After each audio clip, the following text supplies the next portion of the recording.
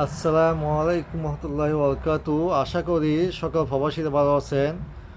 অনেকেই সৌদি প্রবাসী বলেন, ভাই আমি আসছি নতুন, আমাকে 3 মাসে একামা দিছে। আসলে যিনি আপনাকে 3 মাসে একামা দিছে উনি হচ্ছেন একজন দালাল, বাটপার সিকিং।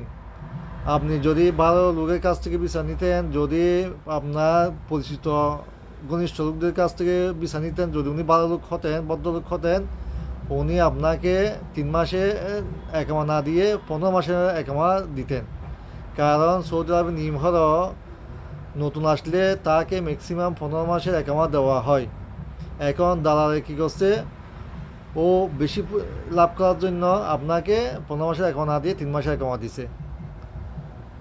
আপনারা দেশ থেকে যারা নতুন আসবেন তারা অবশ্যই খেয়াল রাখবেন, আপনারা সৌদি আরবে আসলে আপনাদেরকে কয় মাসের একামা দিবে, ম্যাক্সিমাম 15 মাসের একামা দিবে। এটা আপনারা কথা বা চুক্তি করে আসবেন, প্রয়োজনে কাগজে লিখে আসবেন, যাতে আপনার সৌদি আরবে আসার পরে কোনো ভোগান্তিতে না পড়েন, 3 মাসের একামা পেতে না হয়।